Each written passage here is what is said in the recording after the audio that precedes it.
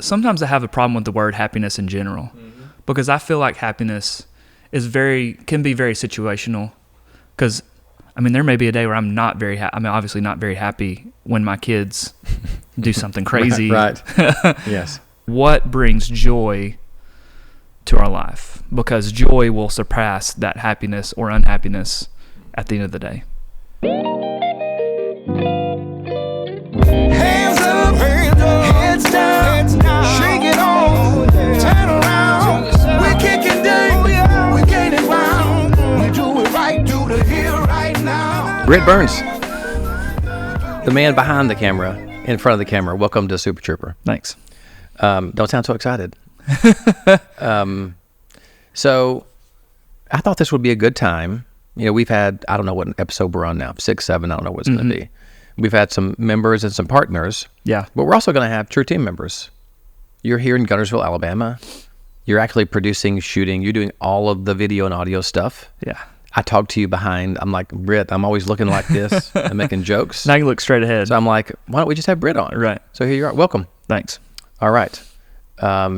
Britt, your real name is Britton, right? Yeah. Britton. Yeah, Britton, if I was going to Right. not be Southern. Britton, but what's your full name? Britton Skylar Burns. Yeah, Britton Skylar. That's a pretty interesting name. Yeah, and I was named after a baseball player.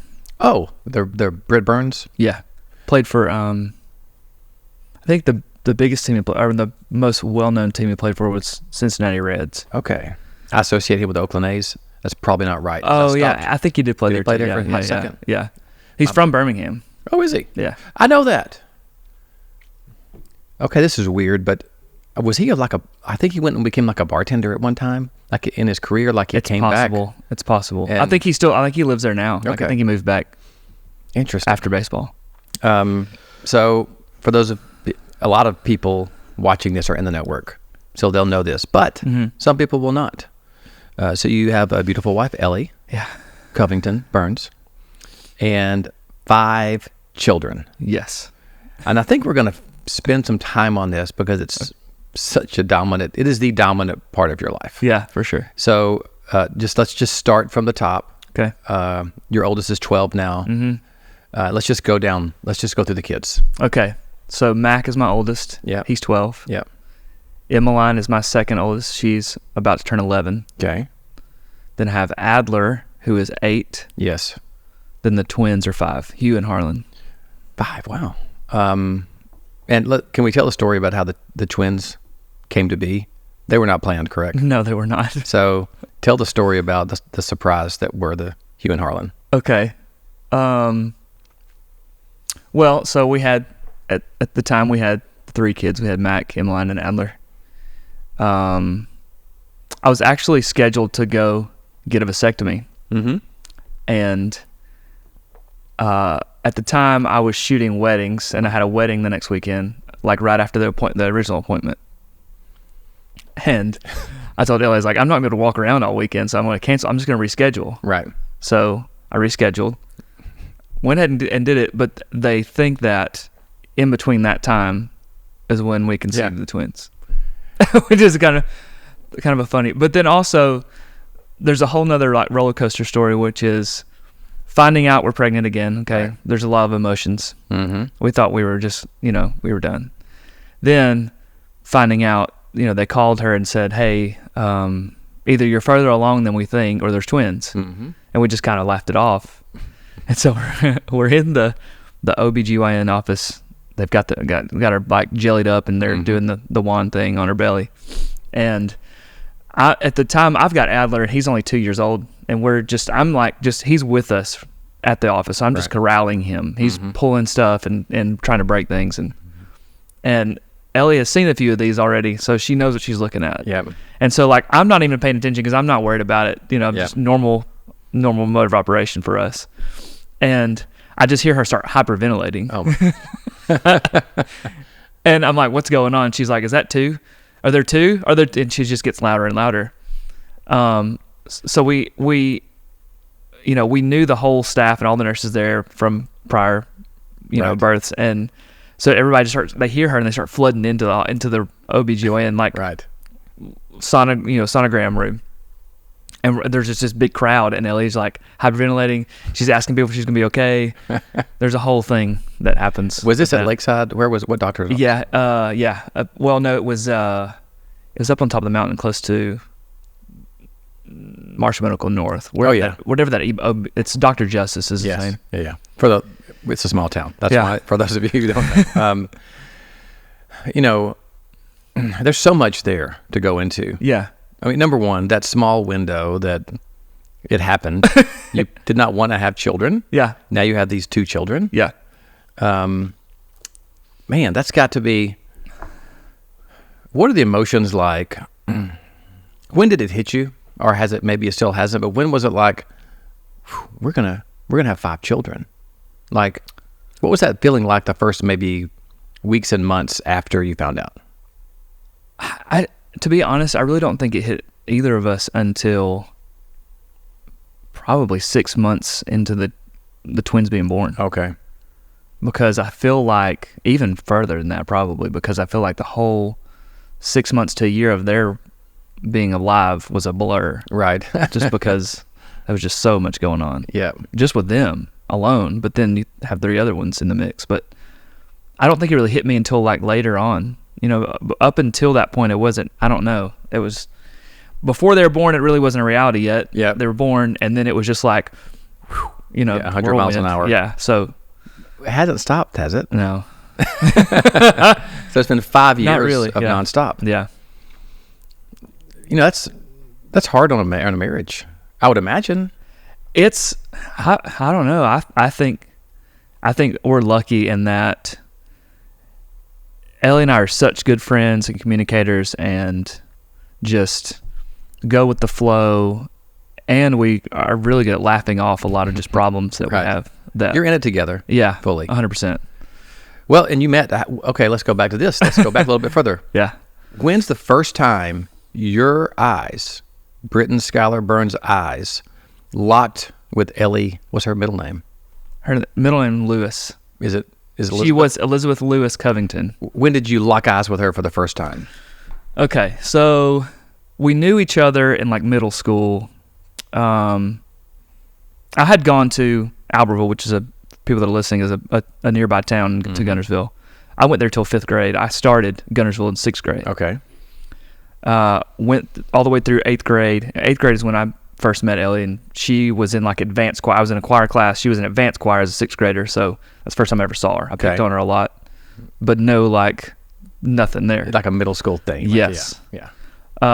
So then I moved on to high school, and let's see, she started 9th grade when I was in 11th grade. Mm-hmm. The summer before that, I worked at the Piggly Wiggly here in town.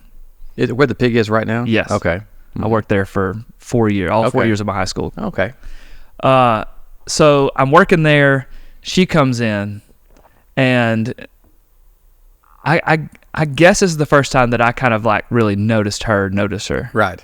And she says the same thing, because she says that I was leaning over on the potatoes in the produce aisle, and I asked her if she was ready for high school. And that was like that kind of started it.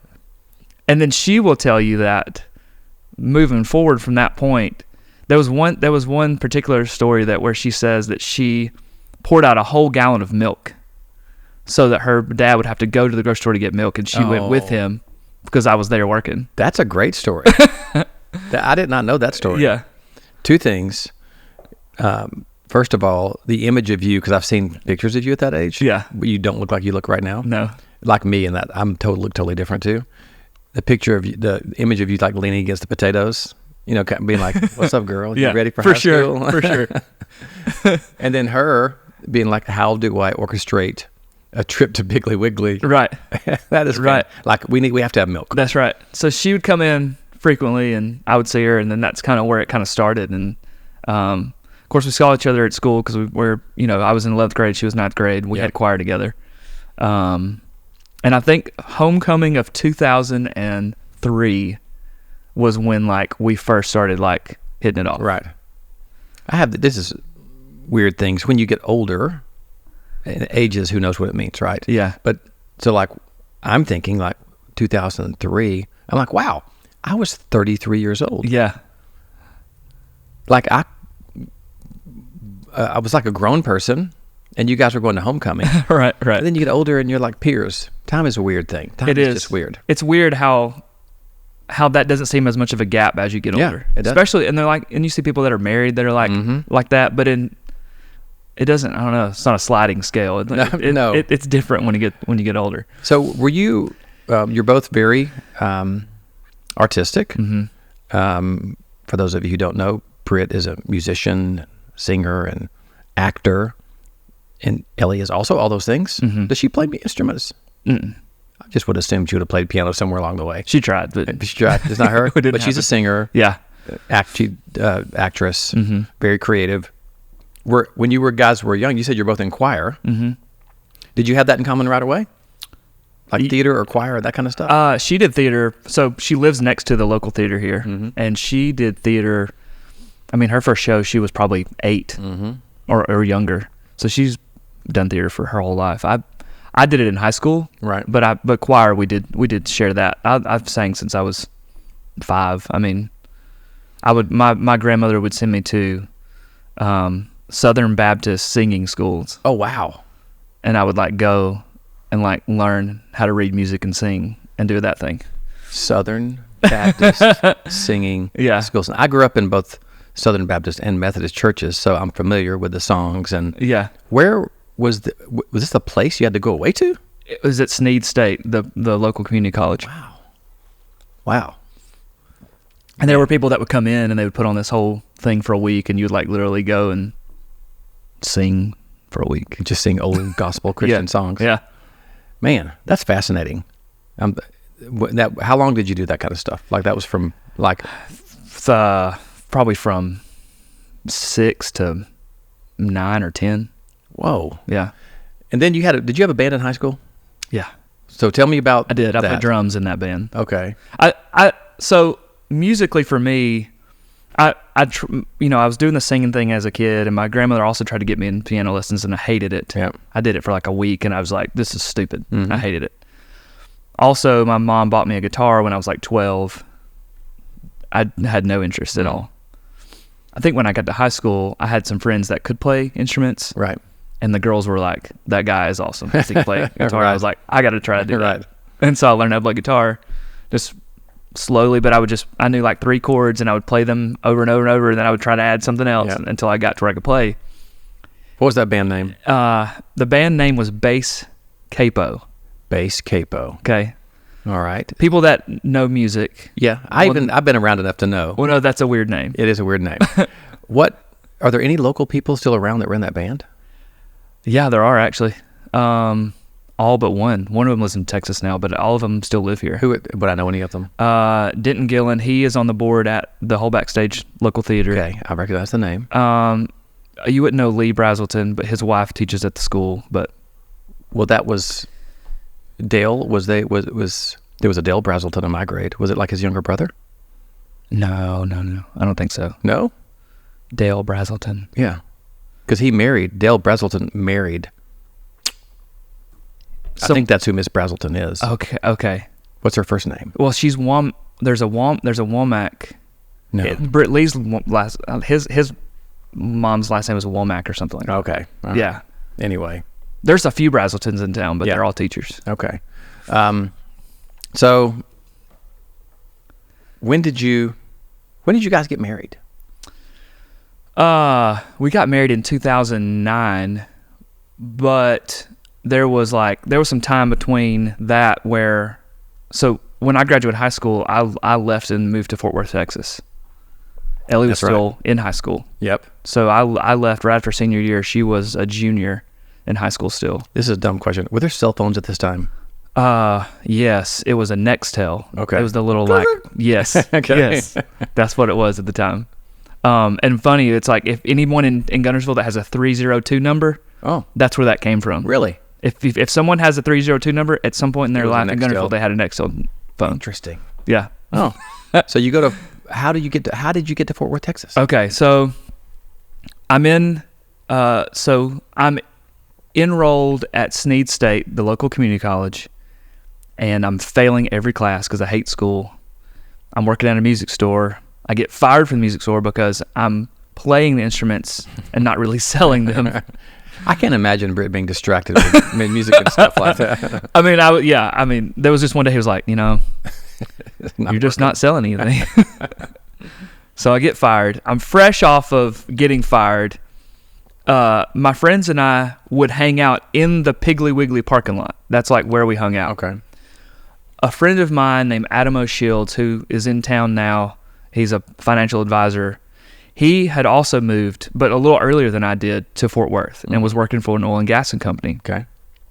He comes home to visit one day on a Friday weekend, and I'm hanging out at the Pig. I'm like, hey man, haven't seen you in a while. I was like, yeah, it's been since high school. It's like, what's up with you? I'm like, nah, I just got fired. Failing at Sneed. I don't know what I'm gonna do. By the way, I went to Sneed just to appease my mom. Like I had no idea what I was in, like general business. Right. And I wasn't even to like the businessy things yet. I was just doing maths and those kinds of things. So I tell him, he's like, I could get you a job. There's this oil and gas company, and the guys are from Alabama, and they're only hiring people that are from Alabama. Like you have to know somebody to get in. Right. So okay, I was like, all right. So he's like, so I didn't see him again. He calls me on like Saturday, and he's like, hey, if you can be here on Tuesday, you'll have a job. So in Fort Worth. And it's Saturday. Yeah. Oh, okay. So on Monday, I go to Sneed. I'm like, hey, I won't be back. Sorry. Tell my mom. My mom's freaking out. She's like, I don't think this is a good idea. And how old are you this time? I'm 18. Wow. Then I tell Ellie. She meltdown, of course. Yeah. I'm like, we'll figure it out. I don't know. Mm-hmm.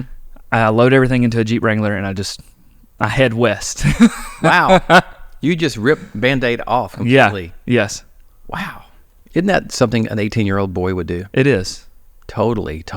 And I think there's things in my life where I did those things, and they, luckily, looking back at those things, kind of defined how I got to where I am. But that's one of those where I was just like, I was an idiot because I had no idea. Like and literally Adam, who's the guy that offered me the job and told me I had a job, he wasn't even in Fort Worth when I got there. He was stationed over in Shreveport doing some project. Did you have a place to live? I stopped in Shreveport, got a key from him, met the guy that was hiring me in the parking lot of this apartment complex. I was like, hey, I'm the guy. I'm Britt. I know you don't know me, but we both know this other guy. He said I had a job. And it was like this. It was this crazy company that was hiring young guys like me, training them, and then putting them in the field to work in oil and gas. And they had an apartment complex. They paid for your rent for like the first 7 months you were there. Yeah, like paid you like $400 a day, like to just. What kind of work were you doing? To start out, I was doing this thing where it's almost like door-to-door sales, and I'm a terrible salesman. But I would go door to door and tell these people, hey, we're going to give you X amount of money if you let us see if there's any oil underneath your property. Oh. And some of them didn't even own the property, so I was just like, it was like a rabbit chase. Right. And this was also before iPhones that had maps on them, so I'm like printing out MapQuest directions and trying to figure out where I'm going. Yep. Terrible salesman. I did that job for just like a short amount of time. But the main job I had while I was there was I was mapping drill rigs and pipelines like on this AutoCAD software. Interesting. Yeah. So you had a little tech lean even way back then. Oh yeah, for sure. And how long were you out there? When we left in 2011, I was there for 6 years. That's a legit stay. Yeah. And then what was the process for Ellie getting out there? So she graduated high school. I'm still out in Texas. She goes to Lipscomb University in Nashville for a semester. She wanted to major in music. She really wanted to be a music teacher, but she had to go like the music theory route. And I don't know if anyone's on here listening has ever tried to do music theory in college. It's insanely hard. Right. Like really ridiculously hard. So that didn't last long. And her parents were like, we can tell you're not very happy here, and we're wasting our money, basically. So you're free to move to Texas if you want. So they blessed it. Yeah. She moves to Texas, gets an apartment. We get married, get an apartment together. And young love. Yeah. Because she's probably 18, 19 maybe this time. Yeah. So you got married. How old were you each when you got married? No, when we got married, I was 22. She was 20. Babies. Yeah. Really? That's Carson, who Yeah. you know is 21. Yeah. Like, and Tess, this is my son and Val's daughter. Yeah. They're basically their age. Yeah. And you guys are just, again, it's us against the world. That's right. In Fort Worth, Texas. I think that was our mentality, basically. Probably has stood you pretty well even to this day. I think so. We kind of grew up together. Yeah. No joke. You know, I mean, obviously we grew up in like our younger years together, but I mean, just like the years where you are really becoming an adult, we were like figuring all that out together. And I'm saying this because I am too. It's like we're still figuring it out. I together. mean, yeah, it's still not there, but well, it's interesting. As I was telling Val, Val is my wife. I forget sometimes that like there's people that might stumble upon this that don't know the people we're talking about. yeah, Who is also a client because she owns an insurance agency. We had a guest in, Tim Randall from Easy Access MD. I dropped him off at a street corner down here where he left his car, and you guys are your whole family is on the corner walking back home from church. yeah, And I just told Val that story, and she said, every time I see their family, I smile. It's just adorable. You know, she was getting her nails done the other day or something, and she said Ellie and the twins walked by, and they're like, you know, faces up against Looking the in the window, and yeah. waving. Yeah. And I know there are times when you don't appreciate the adorableness of 5 children and having a madhouse, but you know what? Let's do something. But this is not rehearsed. okay, When you edit this, can you insert? Do you remember the song that you and Ellie did together at the way back at one of the first virtual learning events? Yeah. You guys did. It was a Taylor Swift song. yeah, Can you play that right here? Just like Yeah. play it right now. yeah, Okay, so we're gonna play that. Then we're gonna come back. okay, It's also a good time for us to take a break yeah, because I think that would be cool just to yeah, for sure. put that in there, the video and everything. Mm-hmm. And now we're gonna have to act like we watched it.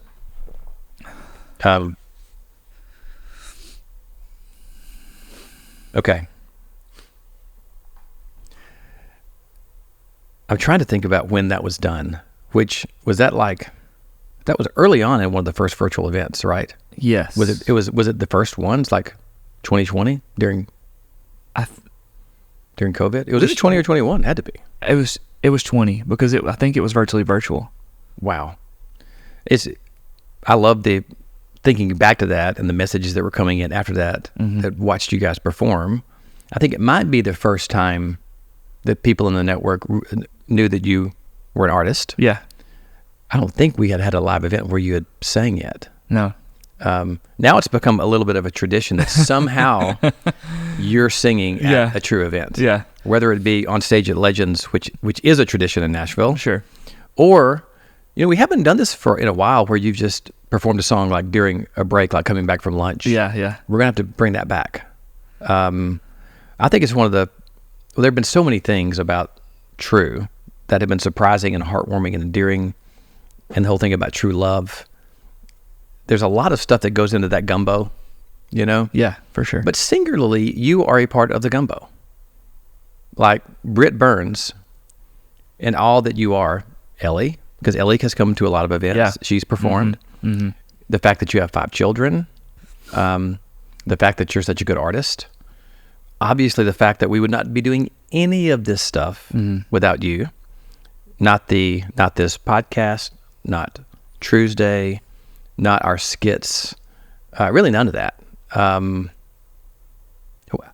It's going to be a difficult question because you're shy and humble. Okay. How does it make you feel hearing that you're like a main ingredient? You're not like a side ingredient. You're not like okra in the gumbo. You're like a main part of the roux that makes up the gumbo. How does that make you feel, knowing that? Well, it makes me feel good. It kind of ties into something I was talking to someone about the other day. I'm not very good at receiving compliments. I just don't know how to handle it. You're handsome.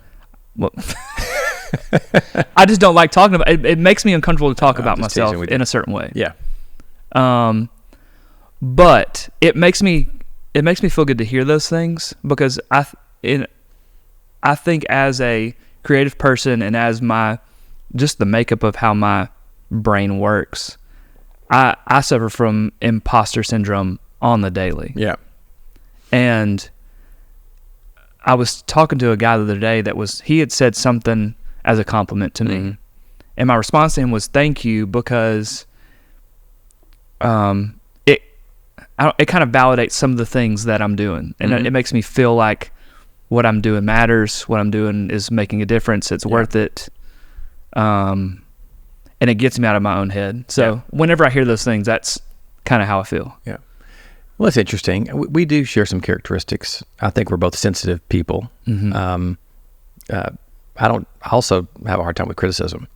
It just, Same. don't like it.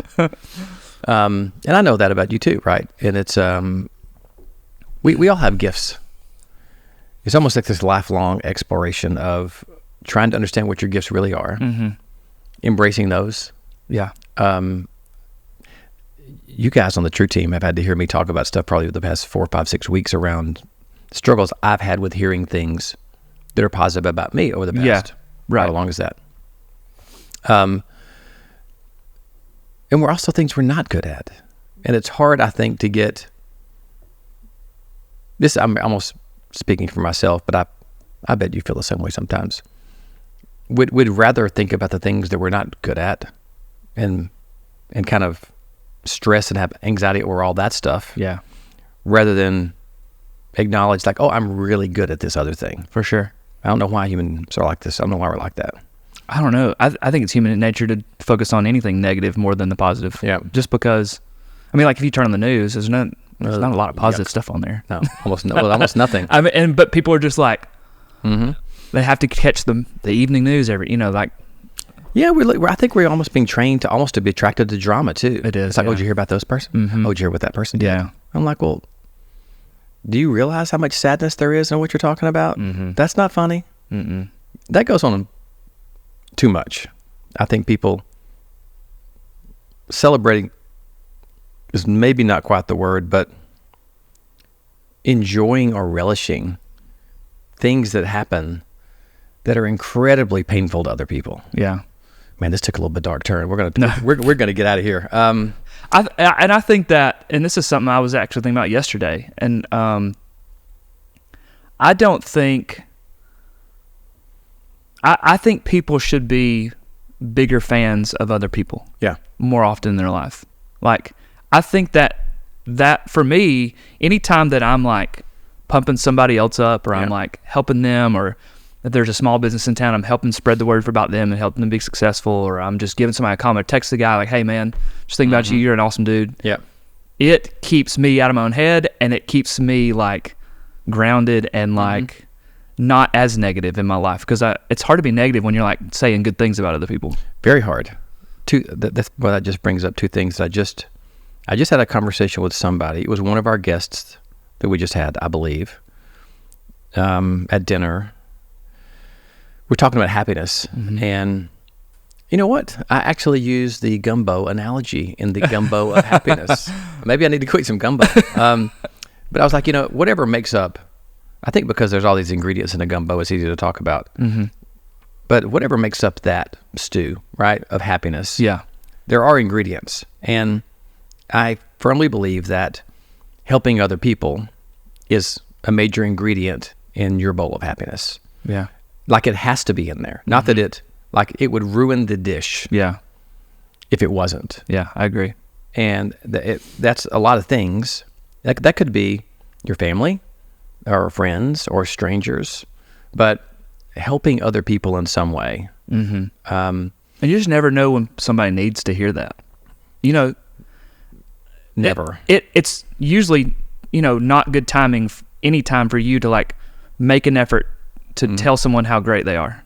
Sometimes I may be going through the most horrible time of my life, so that's obviously not a good time for me to say something to somebody. But if I did, it may be perfect time for them to hear it. They may be going through something I'm going through. I may share something they relate to. I've got a great example, and you'll know these people. So, and I may have met, I don't even know if I told you the story. You know Shane Vandergriff, one of my best friends growing up. Yeah, I know Shane. He owns a real estate company here. When I was in high school, his family was one of a couple that really kind of took me in. You know, my dad was an alcoholic and had a couple of stints in rehab and just some bad times. Yeah. And so there were many times where I would stay with Shane and his family. And, you know, I went on a couple of vacations with them. They paid for everything. You know, looking back, it was just they were very kind. Yeah. And, you know, Shane's dad died when we were around 30 or so. No, younger than that. He was in a car accident when we were in our 20s. But Martha, his mom, passed away recently, a couple of months ago. I was at Another Broken Egg, a restaurant here at City Harbor, and I looked over, and it was obviously a table of people from a nursing home, because there were nurses there and a lot of elderly people and a couple of wheelchairs and oxygen and things. Yeah. And I looked, and Martha was on the end, Miss Vandergriff, and she was very frail, on oxygen, and those feelings just started coming back to me. Yeah. And I said, you know what? I need to go over there and tell her how much she meant to me. And there's a very good chance that the me that's here right now would not be here without her and her husband, Bill. And I didn't go over there.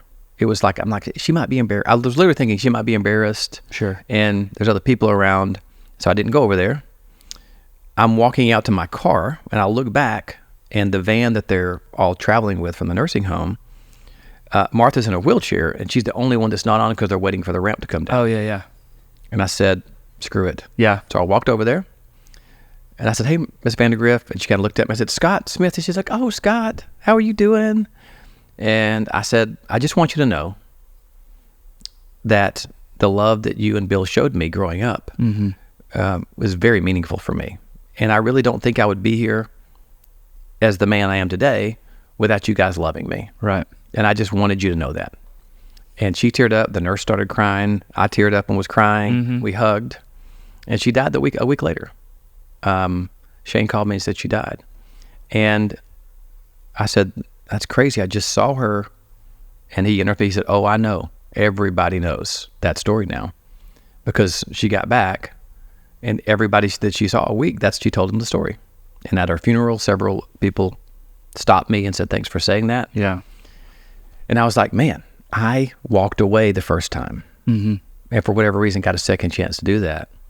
And I think that's just a real life example of what you just said, which is not convenient, uncomfortable, all the reasons we don't do things, but what an impact it can have on people if you do those things. Yeah. Okay, we're gonna lighten the mood. Got real serious. We're gonna lighten the mood. Let's talk about your music evolution. So you played in high school. Yeah. Did you play while you were in music while you were in Fort Worth? I did. I played in a band there called Traveler. So okay, that's a better name. Yeah, I got hooked up with a guy there that we were friends with. He had a band when he lived in Tulsa called Traveler. He moved to Fort Worth. His other guys did not. So he continued and put the band back together in Fort Worth. And I played with them for a good 2 years, traveling around Fort Worth, San Antonio, Abilene, Dallas. So this was really your first band experience. Oh, yeah. Yeah. Did you play guitar or drums? I play guitar and keys. Guitar and keys. Yeah. When did you, so you played drums, guitar, keyboards. Do you play anything else? Well, I played bass guitar. Yeah. Which is kind of... Is music just natural to you? Does it just make sense? Yeah. For the most part. Yeah. It's just, I don't know. I can always just pick up something and play or... That means it's natural. Yeah. To those of us, it's not natural. What do you is there something you enjoy more? It's like if you had to pick one instrument to play forever, what would it be? I don't know. Someone's asked me this before. And I don't know enough about all of them that I'm just like a drummer or a guitarist. Right. So it's hard to like just pick one because I've done so many of them at different times. I really enjoy playing drums. Oh, really? Yeah. Interesting. Like a lot. But you don't, you can sing doing it. It's just not the same feeling. Yeah. Well, the best moment, by the way, the best moment that we've had, and I think your best performance ever at a true event is at last year's owners meeting when you played keys with you took over from the dueling piano guys. Yes, yeah. That was just what did you do a It was a Kings of Leon song. Yeah. It was like just so good. I've actually never played that on keys before. Well, so, do it again. Maybe that's why, I don't know. That's usually that's a guitar, and that's definitely a guitar song, but. Man, that was so good. We have to make that, we may have to make that come back. What for you made that one of the better ones? Well, for whatever reason, your vocals were as good as they've ever been on that song. Mm-hmm.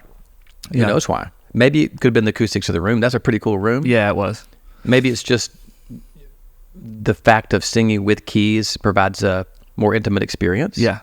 Because your voice is more of an instrument that is with the full band. Mm-hmm.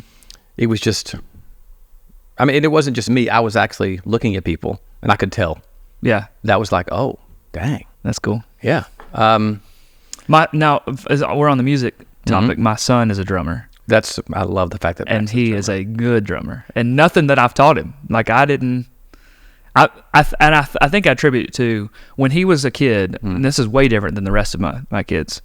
When he was a baby, like all the way up to like 3, we didn't watch a whole lot of like cartoons. It was more like live shows, right? Because I'm all in on like any kind of live music, right? So I'd pull up YouTube or whatever, and we would watch, or it would be MTV Unplugged. Yes. That was still kind of around when he was a baby. Like there were some newer ones that were coming out for a little bit, and we'd watch those, and he was just transfixed, all in. Yeah. And he has just like such good tempo. Anyways, we played together last night. Oh, really? So there's a CR ministry here in Gunnersville for like recovering addicts and alcoholics and stuff. And we played. We didn't have a drummer last night, and he stepped up. That is so cool. And killed it. Oh, really? Like so much that they were like, "Do we need to? Are we kicking out our drummer? We should probably put him in the rotation." But anyways, I just had to throw that out there because he is a phenomenal drummer. Well, it almost seemed like, I guess it was when the Jansons, Adrian and Joey Jansen, 212 Benefits, came and visited over July, 4th week. And Matt came in, and I was like, he's a little man. It's like almost like he's like, oh, he just transformed overnight into this little dude from this little boy. Yeah. And he's in that, well, I guess he's solidly in middle school. Is he in 7th grade? 6th grade. 6th grade. Man. There was a very definite change from 5th grade to 6th grade. Yeah. And then there'll be another one about 8th grade. Oh, yeah. And 11th grade. Yeah. And all that fun stuff. Well, you can tell he's a smart kid. He's got a little kind of sarcastic sense of humor. He does. He gets that from me. Yeah. Well, that's cool. So I'm trying to convince Carson, my son, to play golf so we can have something to do together. Yeah, yeah. I mean, we can watch TV and go to meet. I love him. We're very close. But I want something that we can do together forever. Yeah. I think I finally convinced him to take a golf class while he's in Tuscaloosa. I'm like, I'll pay for an extra class. Yeah, right. It's an A. Yeah, yeah. Go get lessons. So I think maybe I've got that on him. But it's cool that you guys will have that. Oh, that music is a thing that we definitely share, that we can like sit for a long amount of time just going through songs. Like so here's a fun experience that we had together. For the past couple years, I've shot Furnace Fest, which is a rock fest down in Birmingham. I got to take him last year because it was around his birthday. So he tagged along, and we were like backstage. We were on side stage. He was sitting next to most drummers and got all of their drumsticks. Oh, wow. And even like took a stage dive off of the stage. What a good memory. That was that's something that we definitely share is music. Well, this will be cool. I bought the building next door, as you know, and there's a stage over there, and we're going to start a concert series at some point. Yeah. He'll get to be a part of that and meet all the artists that come through. Oh gosh, we'll have to figure out a way to get him to play with somebody. I've thought about just he and I, like him doing a little percussion, me playing and singing. Has he tried to sing yet? No, I mean he's okay. He's not the singer of the family. Yeah, he's young. Now our 8-year-old is. He can sing. Adler? Yes, he just doesn't talk very much. Wow, interesting. Like very good pitch, can sing anything pretty much. Maybe that'll be his jam. I think so. We're trying to figure out what his jam is. Yeah, well, he's 8. It'll come around. He's definitely like a stereotypical middle child of like Mac and Emmeline are very like dependent on our attention. The twins obviously are very. Adler could just go all day long, just doing his own thing, and not need us as much as the other kids. So naturally, I don't think he gets as much, unfortunately, of our attention because he's not very squeaky. But he doesn't have that like defined like this is what my thing is. So we're trying to like help him find that. Like we're about to sign him up for karate. Yeah, he likes to do karate stuff, just watching movies and stuff. So we're trying, anyways. But he's a singer for sure. Like that might be his thing. I mean, if you can sing, man, I've told you before. Like, I'm not sure. I'd probably give a pinky. I might give both pinkies. Definitely a little toe. Maybe a one pinky, one toe to be able to sing. Yeah. I love it so much. I guess I could go take voice lessons if I really wanted to. Mama Jan said it was possible. Mama Jan Smith, my friend, the world famous vocal coach, she was like, I could get you to a place where you could sing. Yeah. I'm like, I don't know, girl. I don't know if you've heard this. She's like, no, you can. It would take some time. Yeah. With some people. What's cool about it is that when it comes to music, you don't need anything else. Mm-hmm. You don't have to have a guitar or a piano, or if you just start singing, it's there. Well, it's one. I told my daughter Madeline, who's kind of woo woo sometimes. I might have mentioned this in a previous Super Trooper. Like I told her I didn't believe in karma one time because she was talking about karma, and she was like, "Well, what do you believe?" I said, "Well, I do believe when you put out energy, something." I'm starting to believe more and more about energy. People gonna think I'm crazy, but we're all kind of energy, right? Like all this stuff's got to be going and coming from somewhere, right? I said, but I do believe, really, like if you put out the good mojo continually, it's going to find its way back to you. For sure. And she was like, yeah, that's karma, Dad. I'm like, I guess so. But I say that because I love music, copious amounts. Mm-hmm. And I mean, think about it. You are a musician, an artist. Chris Talley, who is on the events team now, was a musician and artist. Mm-hmm. Joel was a music major, even though in a wacko way with like opera and organ playing. Is that it? But that's a good portion of the true team. Yeah. Mike Rogers has a good singing voice. Yes. Surprisingly, like he just ripped out at karaoke. He knew at it. Unders meeting. I could tell. Like he knew it was coming. Yeah. He knew he was about to wow us. Yes, I think so. And it was like, whoa. Because he was so confident when he did it. He knew it. And I was just like... He knows. I know. I don't know if I've ever really dug into this with him, but... If you can sing, you can sing. Absolutely. And he was really good. Yeah. Like, I dare say, there's a... Mike Rogers, we're going to talk about this. What's your history? I know you're just not... You had to be in choir and stuff For sure. That. He sang at some point. But I really think... And this is just from the two songs I heard in the background. I think if he worked on it, it would be unbelievable. Oh, yeah. Because he hit some stuff I was like... Yeah. Okay. Go on, Mike Rogers. Yeah. We've got all that around true. Like, is that just, I mean, that can't just be accident. Sure. I didn't hire anybody for their musical ability. Sure. At all. It had nothing to do with it. Right. But now we've got this little group around true that loves music.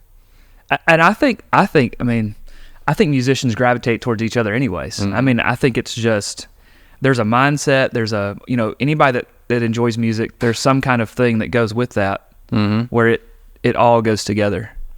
So speaking of which, if you heard something, Chris Talley just peeked his head around the door and was like, what's going on? I do. I'm always jealous when my brother, who you've met, Michael, is a very talented musician. When I see him around other musicians. Yeah. So the first time I met John Splitoff. Yeah. John came to Barnsley Resort over near Rome, Georgia for an owners meeting. And my brother and his friend Leah were playing. Yeah. He's a... mandolin player, she's a violin fiddle player, and I showed John around the property, and I said, "Oh, my brother's about to play, go get ready, come back." And so he sits down, and Michael starts playing the mandolin, and he goes on one of these runs, and Michael Smith is a world-class mandolin player, and John's head was like, whew. It's one of those like, whoa. And he's transfixed. I'm trying to talk to him, nothing. He's transfixed on my brother. Yeah, and then they meet afterwards and just start talking, and I'm like, well, this sucks. Like they have this bond immediately talking about stuff. But it's like I think for musicians it's like this unspoken thing that connects. I mean, obviously it's the music, but I mean, like, when you hear the first time I heard John Splitoff sing for one of our virtual things, like he hit that first note, and I was like, "Whoa!"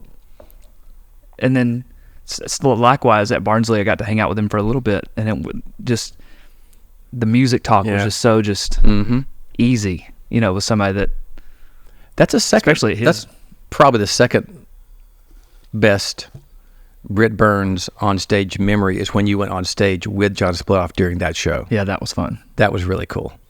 That's one of those performances where I feel like was kind of out of body. Mm-hmm. There are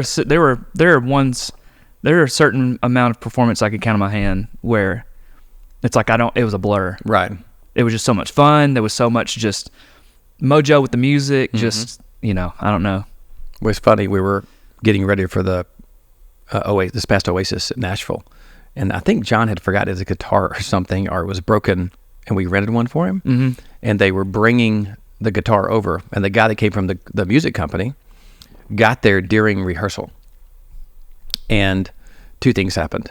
He put the guitar down, and the band, Jason Eskridge and his whole band, was up there rehearsing, and I'm not going to say the bad word he said, I'll abbreviate it, but he just looked around and he said, "What MFer got all these people on the same stage at one time?"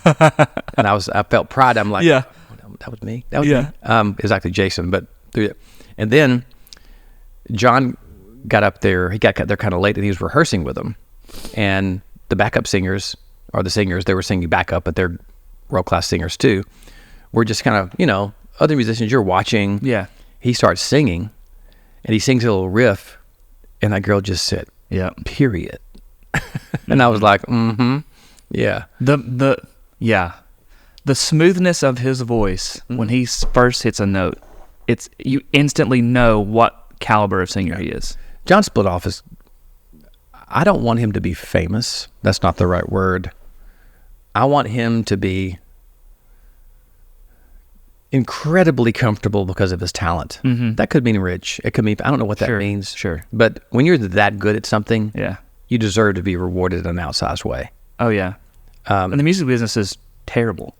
For the most part. I'm slightly obsessed with it. I've talked to all these people over the past 5 years and trying to understand, streaming and rights, and then movie and TV rights. I can't remember the name of what that's called now.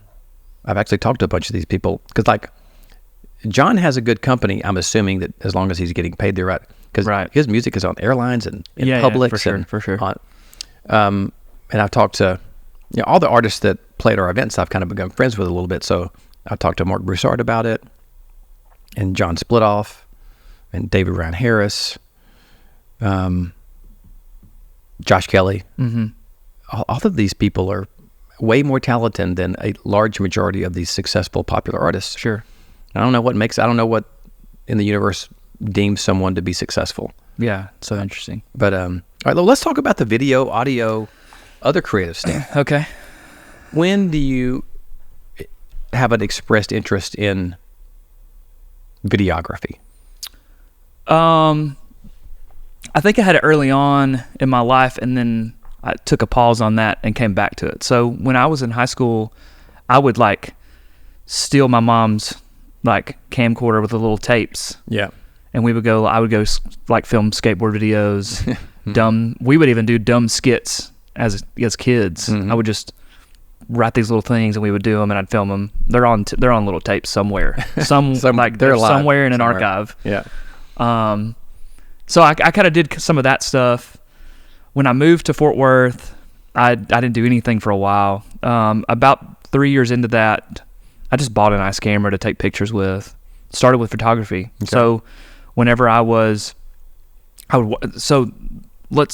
company I worked for in Fort Worth, I worked 7 days a week. I worked every single day, and then I would have like a week or two off after 3 or 4 months. So I worked 7 days a week. That was like the hobby that like I could do outside of that. I would get off at 5 and I'd go like take pictures of something. So let me just stop. I want you to pick up this story, but you were 18, 19, 20 years old, working 7 days a week. Man, that's just, it's almost hard to imagine that First of all, I don't think there's a lot of 18, 19, 20-year-olds today that would do that. Maybe there Yeah, are. I'm just not around them. for sure. That's just a unique life. Mm-hmm. Okay, continue on. So photography. So that was kind of my outlet from work, was like doing that. Mm-hmm.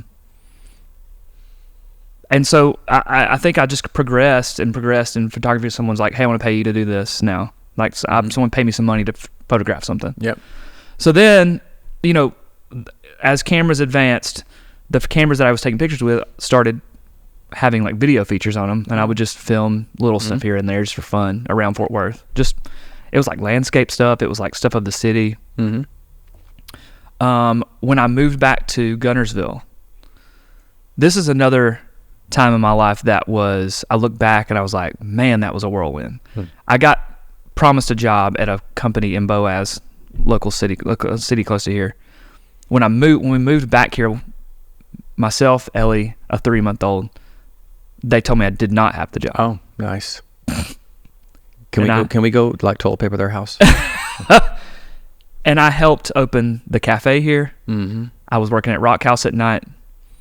And at that point, I was like, I know how to take pictures. I need to figure out a way to make some money. Mm-hmm. So I just offered a few different brides, like, I'll take pictures of your wedding for free. Oh.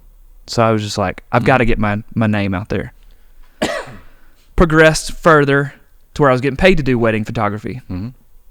At that point, the market was flooded here with wedding photographers. Okay. That was like the wedding photography was like on the uptick of this certain style of weddings, and there were stay-at-home moms everywhere with cameras that were opening wedding photography businesses. So I was like, well, I'm not getting any business, and I'm like getting nickel and dimed every corner. Right. So I'm gonna start videoing weddings Oh. because I was like, my camera does video. Okay.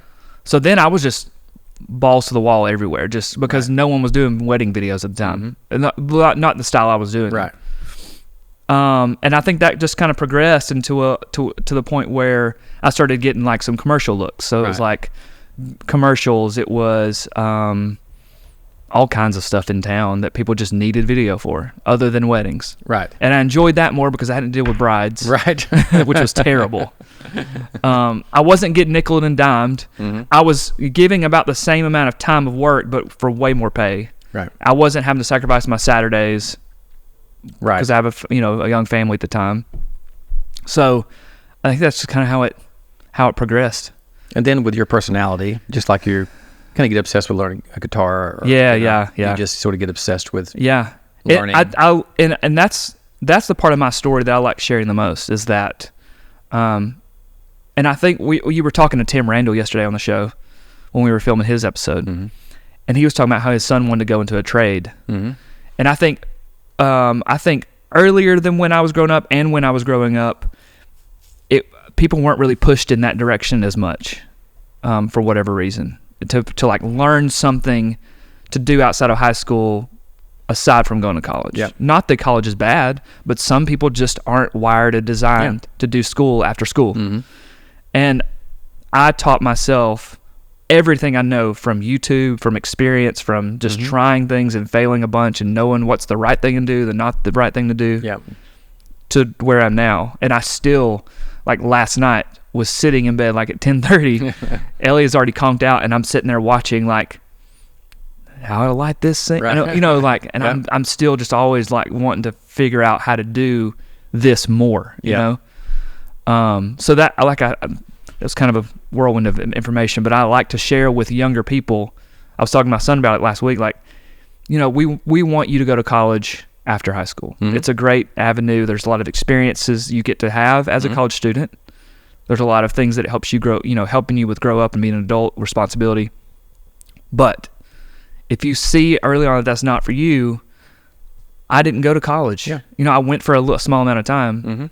But anyways, video, it all was just like, this is what I want to do. So I just figured out, and I was talking to a guy the other day about how he and I had similar experiences with video business, where people would ask me, hey, can you do this kind of video? I had no idea how to do it, but I was like, yes, I can. And then I would set a time, months out to start on their project, and I would just figure out how to do it. Yep. And by the time I stepped up, I was like, piece of Got cake. Like there were times that I just kept leveling up and doing that to where I just was teaching myself all these things. I was like a sponge. Well, it's, I know too that if you and I are both blessed to be sitting here in 3 years, the podcast will be better. Yeah. Tuesday is going to be better. Our Cacao podcast, we're going to get that dialed in at some point. I know, because that's the way you are, that everything's going to be better. Going back to the college thing, because you have 5 kids, I think this is, and we have a lot of listeners with children. A lot of people don't know I didn't graduate college. People just assume that with my role that I graduated. I did not. Yeah. I wasn't very interested in school, even though I was in college. And then my mother lost her job, got divorced from her third husband the same week.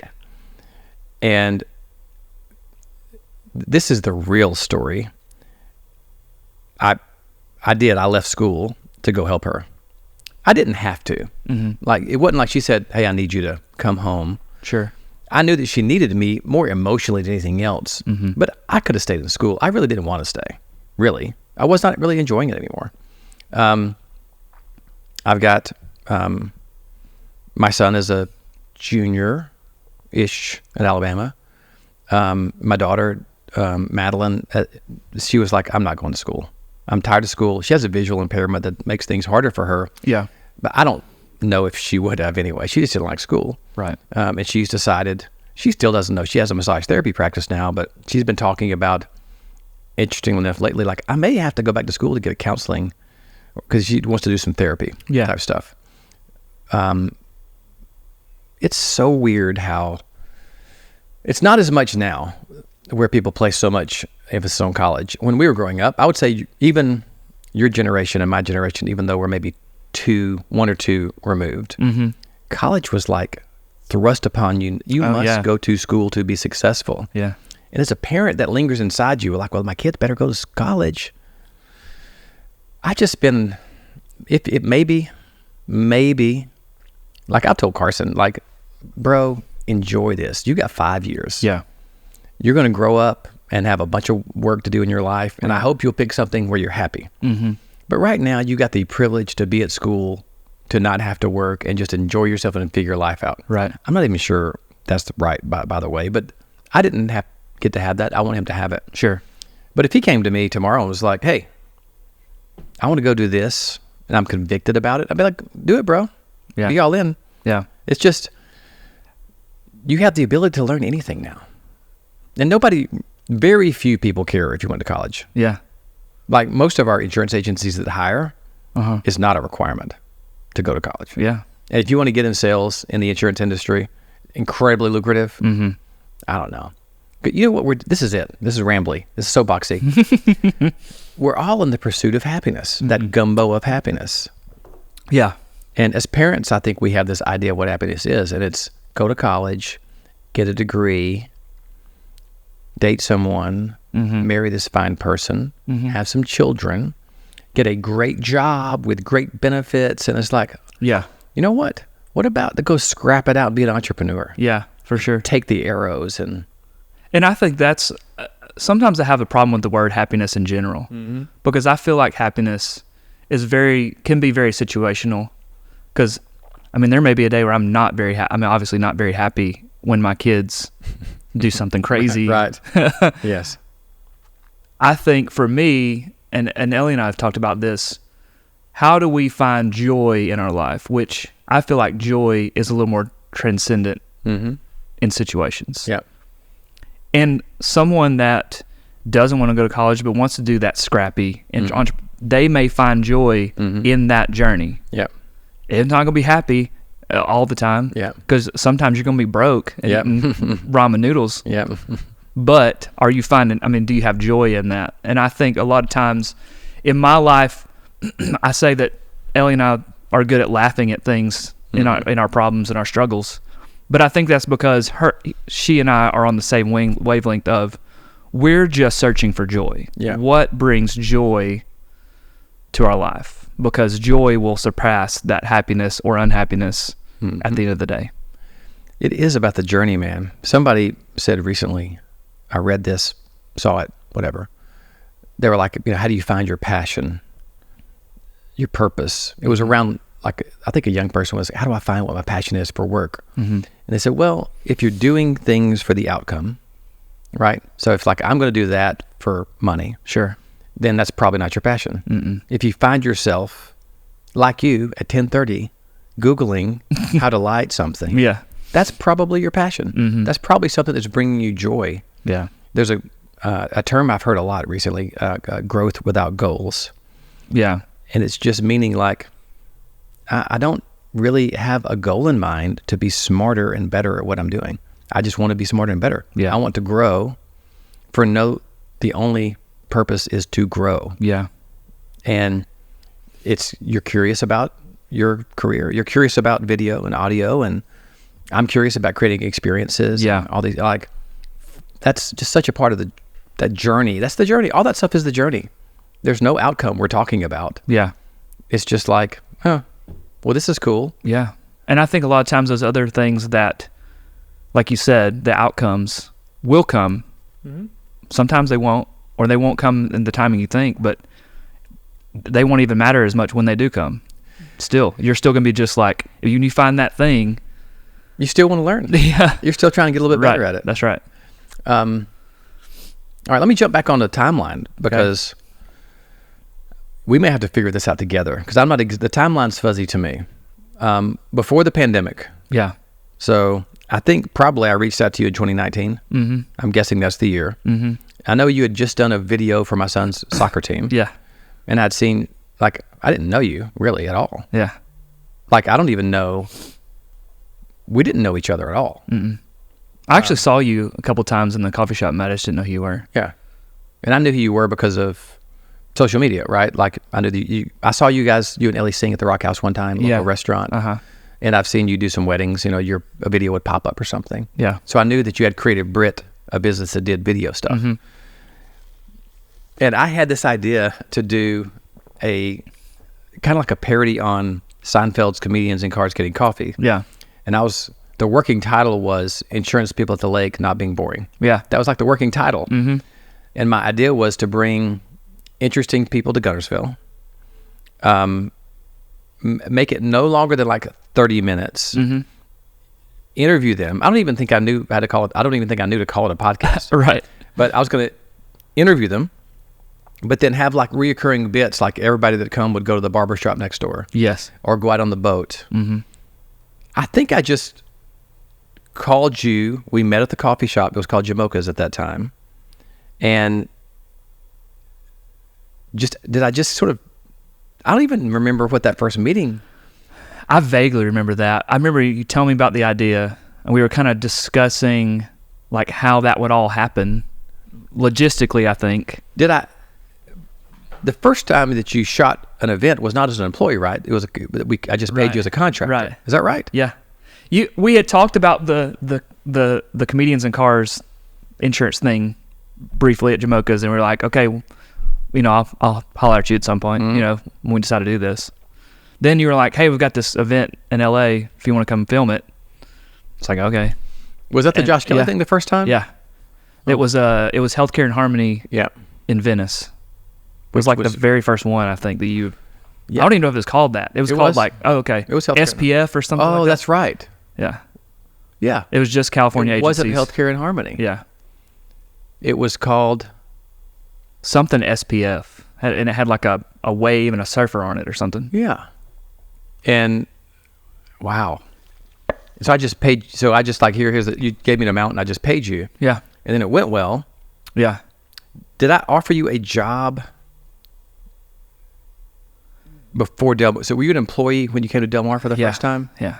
So that was from, I want to say September, October-ish was when that healthcare thing was. I think you're right.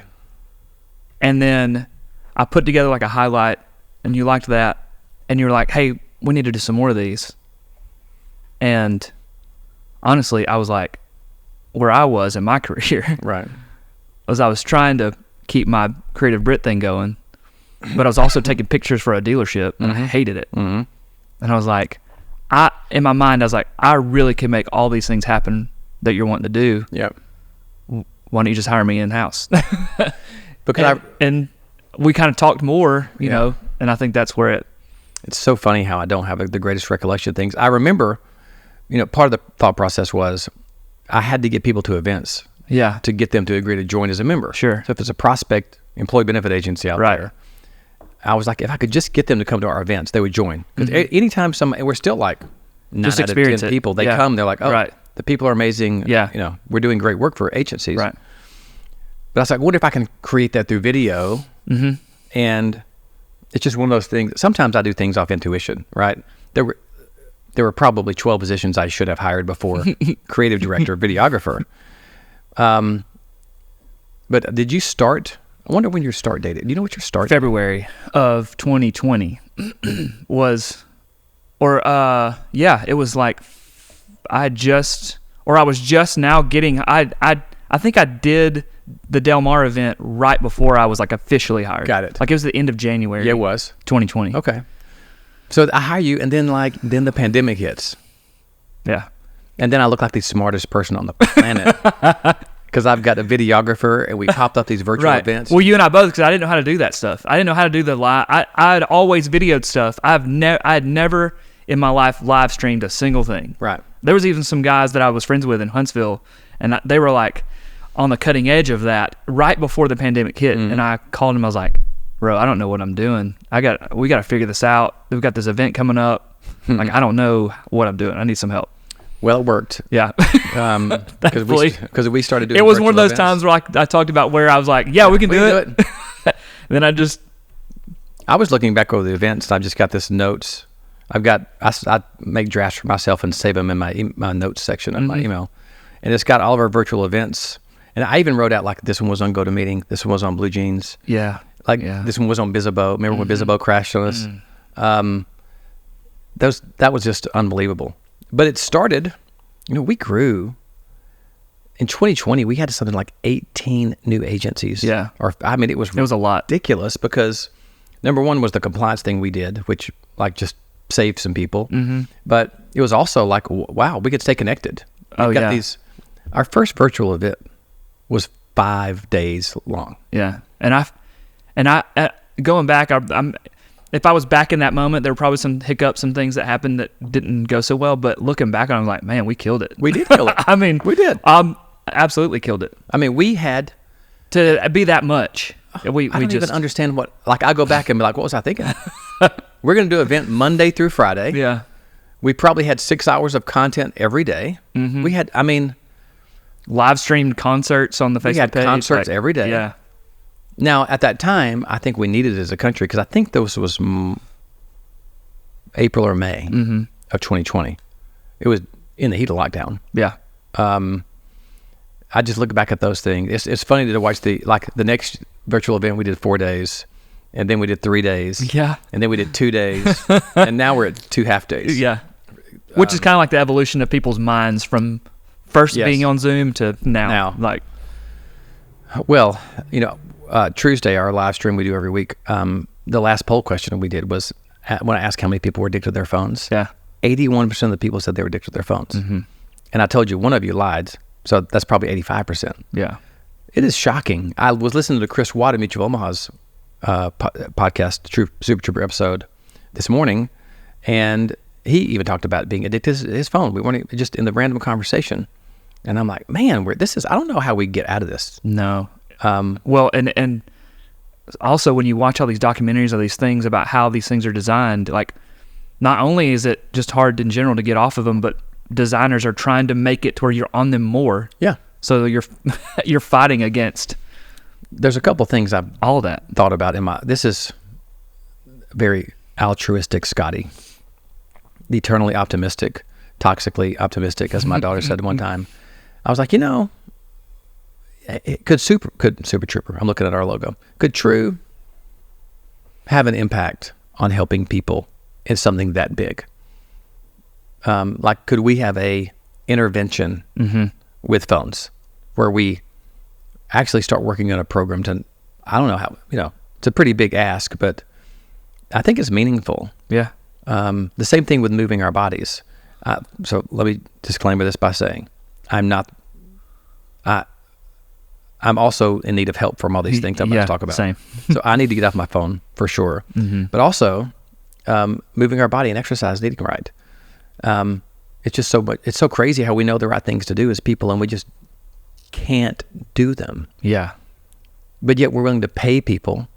Now there's these shots with Ozempic and everything, where it's like, oh, you want to lose some weight? Here's a shot.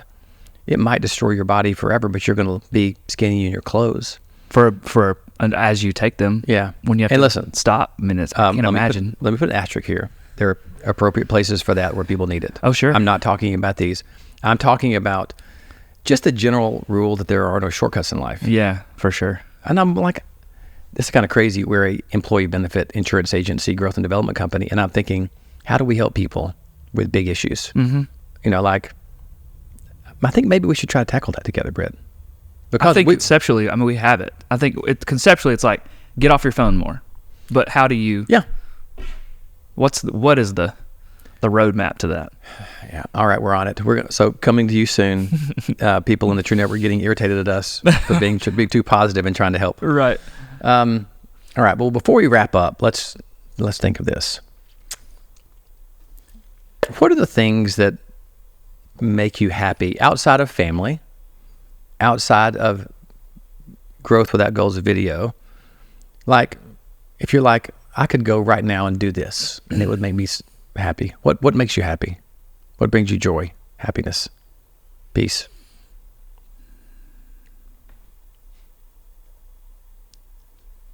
Man, that's a deep question. The other things you mentioned take up so much of my time in my life. It's hard to. I know. If I were to literally just strip everything away that you just said, man, that's a good question. It can be something silly too, by the way. It could just be something you really like to do that makes you laugh. And Sure. I don't know. I'm going to give you some things that I know. These are silly. Ready? 1, Frisbee golf. Oh, no, yeah. I do like doing that. That's a fun hobby. Number 2, jamming with your friends, with your boys. Yeah, that is. If I could be a comedy like writer, Yeah. I would enjoy doing that. Like I watch like SNL skits or any of those little skits like that where people there's just people in a room spitballing and writing things like that. I've got an idea. Really enjoy that. I got an idea. This is my red hot idea button that Britt finally got me after I was saying I've been wanting one every time I had a red idea. Next, this is hard for me to say. I'm positioning myself to say this right now. Okay. It's going to happen. Our next virtual event is this summer. Mm-hmm. I would like you and Stephen McNeil to write a skit totally without me. Okay. I'll have no involvement. Okay. And it can involve me or not. It's probably better if it doesn't involve me. But if it does, I'm just a character. Sure. I have nothing. I can't even give input. Okay. When y'all write it and direct it, if I'm in it, Yeah. I can only take instruction. Okay. You know how like directors like smack actors around? Yeah. That's it. I don't have any input. Shh. This is my, listen, Right. You just act, boy. Yeah. All right. I think we can do that because he and I can riff pretty good on You're ideas. great. I just love it so much that I tend to dominate conversation because I love it too. But I think you guys are so good that's it. Also, maybe, boy, this one's hard. We're actually going to do some live skits at all of our live events now. We had some funny ones at Oasis this year. Yeah, for sure. We're going to do that at Owners Meeting and TLA. Mm-hmm. You guys are going to write one without me as well. Okay. Now that I know that brings you so much joy, that's good leadership, I think. Let's see. Okay. You guys have anything planned as a family coming up? We're kind of at the end of the summer. Fall break is next week, so we may like do something somewhere overnight or. Is fall break a break or is it more work? Well, for us, it's more work for sure. right. Summer, like it's almost like summer again, except for just a short period of time where everybody's home, right. And we're trying to juggle work and them. But I don't know, nothing super crazy planned. All right, Britton. Listen, we could do this for a long time. Yeah, and for sure. You know what? We can do another one. Yeah, we'll get through a bunch more episodes. Yeah, we'll come back and we'll explore all the things that we didn't talk about. Yeah. But I said it in a little. I can't tell you how much you mean to me personally and to the business. You do an unbelievable job. Thank you. And it's made true what it is. I mean, you're a big part of it. So cheers. I appreciate that. True love. Cheers.